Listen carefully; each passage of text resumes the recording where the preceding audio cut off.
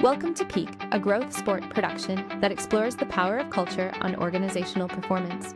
For show notes and more information, visit our website at growth-sport.com. Now let's get started on your drive for peak performance. Welcome everybody to Peak, the official growth sport podcast. Mary Claire's on vacation, but excited to talk with you about a couple of things that I've been thinking a lot about. The thing that I'd like to talk about today is communication, and this is an interesting topic. It seems like every time we do an implementation with a client, almost regardless of what size the client is, the issue that they think is the most important that they want to address is communication. And so it typically will go along as we work with them to do their strategy and their goals, that they'll say, well, we need a goal that will improve communication. And we often look at each other and roll our eyes a little bit just because it's a very difficult thing to measure, and it's a very difficult thing to make as a goal, if you want to say, to goalify it.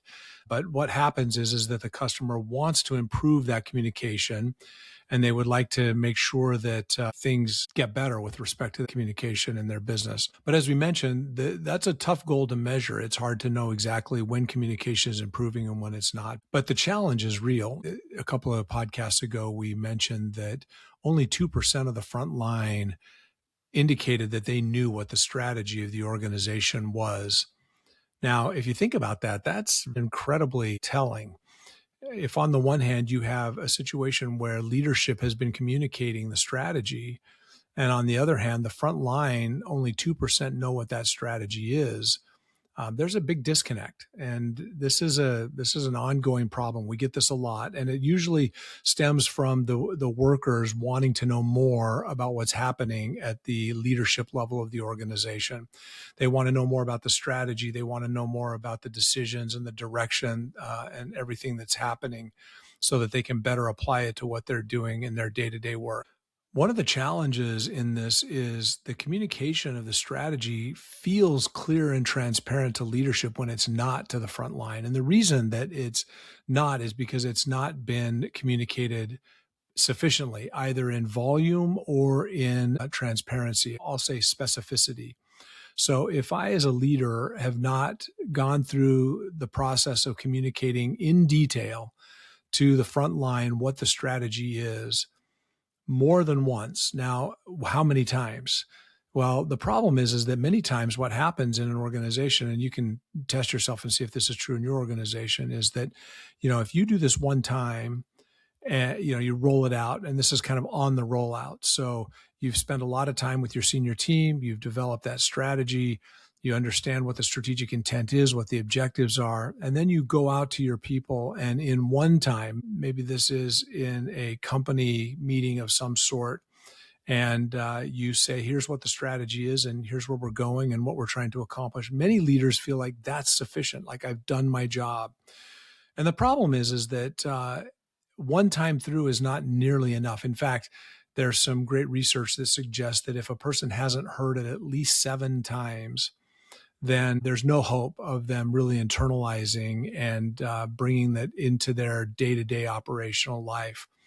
And you think about that 7 times, you think, well, that's not that many times, but how many times do you speak with your people? When do you speak with them? And when do you really have their attention in a way that you could get into the details of a strategic intent along with the objectives and the goals that are associated with that? The truth is that it's very rare. Even if you're making announcements or you are sending out emails that aren't being read, you're talking about it in places that is limited. So if you get together with your senior team and you have those conversations amongst the senior team, and you're assuming that the senior team then turns around and has those conversations with their teams, which then turns around and has those conversations with their teams, and so on. First of all, if you have more than 1 or 2 levels, the very message itself may not be getting through. It may not be clear what needs to be communicated. This is the classic game of telephone, which we all know happens. But I think it's even more difficult than that. I don't think they're having the conversations at all, or maybe very limited subsets of those conversations. Perhaps each team would talk about some of the objectives and the goals that they have personally, but getting an overarching view of how all of those things fit together and how all of those goals work together is going to be a lot more difficult to accomplish. So how do you fix this problem? If only 2% are getting this, then what do you do to make sure that the rest of the people get this information? And how do you make sure that the communication happens more effectively? My first point here is that you can't let communication be arbitrary, or you can't let it be random. It needs to be intentional. So let's talk about this in terms of intentional versus casual. So my first point is that you have to be intentional in your communication structures and processes. You can't be casual in that. A lot of times we let this be very informal. As leaders, we kind of take opportunities as they appear or as they present themselves, and we might say a few things about the strategy or about the goals, but we don't have a structured process to do a complete presentation on how everything fits together, how it all works, how it matters to the people who receive that information, and how it also works horizontally across the organization. So when I say be intentional, you have to actually sit down and say what needs to be communicated to which people at which point in time. And then there has to be a structure and a process to do it. So if you're going to roll out, for instance, it can't be one conversation to the entire organization, although that might be part of it. That can't be all of it. So then what you do is you then say, okay, I've made the overarching presentation. Now I need to go to each subgroup in each team and make that presentation with their corresponding leader. I also have to hold the leaders responsible to make these presentations throughout the entire organization to make sure that they understand what that is. Now, how do you know that they're presenting the right thing? First of all, I would recommend strongly that you have that leader present to you what that entire structure, strategic intent looks like, to make sure that you're comfortable that they understand exactly what's going on and how those relationships fit across the entire organization. If you make assumptions that the leader knows what to say, you're probably going to be disappointed. They may have parts of it, and it may even be a large part of it, but what they're missing is going to be important.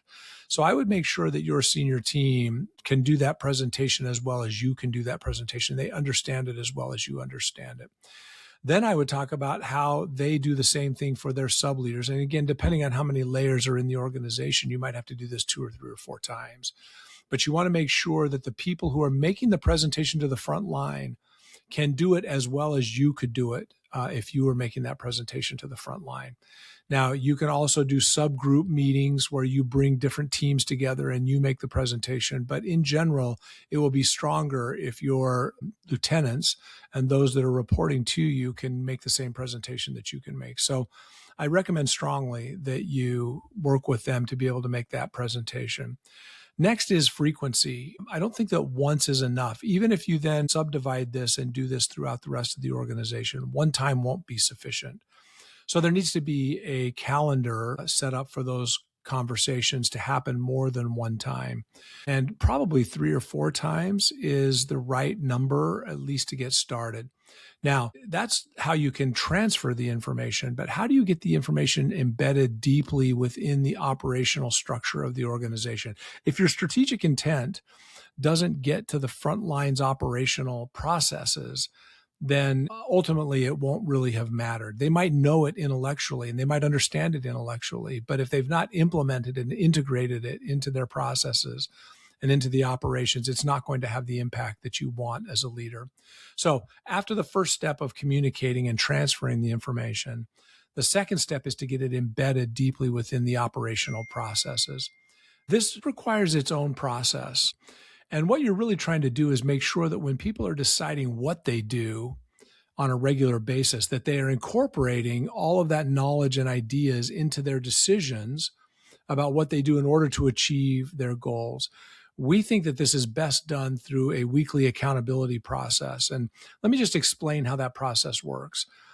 If I, as a leader, am sitting with my team, then I'm expecting my team to make commitments, or what we call key performance activities, that actually reflect progress against the goal. They are driven by a desire to achieve the goal. So if I then say to those who report to me, what are the 1 to 5 things you might do this week that would move the needle on your goal? Then I have an opportunity to make sure that what they're doing reflects the strategic intent that we created together.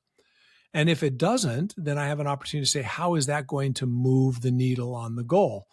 Which is a shorthand way of saying, how is your activities aligned with the strategic intent that we've created? And if it's not, then to make suggestions on how they can change that. And if it is, then to support them in whatever they need to be successful in doing that activity or that behavior for that week. This can be replicated all the way to the front line. If every leader has internalized effectively what the strategic intent is, then they can also make sure that the work that's being done incorporates that strategic intent into that work, so that the key things that people are doing, and I don't mean necessarily the whirlwind or the to-do list. I mean taking a very intentional approach to, again, 1 to 5 things in the week that you're going to do that you really believe is going to move the needle on the goals that are the basis of your strategic intent. Because obviously I can have all the strategic intent in the world, but if I'm not accomplishing a set number of goals associated with that strategic intent, then I'm never going to get to the objectives. I'm never going to reach the objectives. I'm never going to reach my vision, and I'm never going to fulfill my mission. So all of these things ladder up. But if I make sure that in the week, every person in the organization is taking a few bites out of that strategic apple, then I'm also ensuring that they are working the plan. They just don't know the plan, they're working the plan. So just to review, first, you need to make sure they do know the plan. That's more than a one-time conversation. That's making sure that all of the people who are team leaders can make the presentation as well as you as the senior leader can make that presentation. Second, that they are doing it a number of times, that it's just not a one-off, that they're doing this at least 3 or 4 times. You want to do this in a very structured and planned way to make sure that the water gets all the way to the end of the row. That's the real challenge. Now, once you're sure that the team knows what the plan is, now you've got to make sure that they are implementing the plan in their work. And again, this happens through a very structured and intentional accountability process, which we recommend you run once a week, and which all of the members of the organization together as a team pick and then try to accomplish 1 to 5 key performance activities, these behaviors or tasks that actually move the needle, and that the leadership holds everyone accountable to making sure that those things they choose will in fact move the needle. We think that if you do these 2 things, in fact, our experience is that if you do these 2 things, that you will get tremendous operational upside outcomes. The success of companies that are effective at implementing this kind of accountability is really dramatic. And you will find a great deal of success in translating your strategic intent into your daily execution, which leads to the outcomes you are looking for. And if not, then you know exactly what changes need to be made. So hopefully this has been helpful on how to actually improve your communication in your organization, the steps you can take to make sure that knowledge gets transferred, but it also gets implemented into the daily execution of your organization. All right. Until next time, we hope that this has been helpful. If you like this podcast, we ask that you like and share it on Spotify or wherever you get your podcasts. If you have questions that you would like answered, I invite you to send me an email at Brian, BRYAN, @growth-sport.com, and let us know what you're struggling with as a leader, and we'll take those up on our podcast and try to address those. So until next time, we hope that your quest for peak performance is successful. We'll see you later. You've been listening to Peak, a Growth Sport production.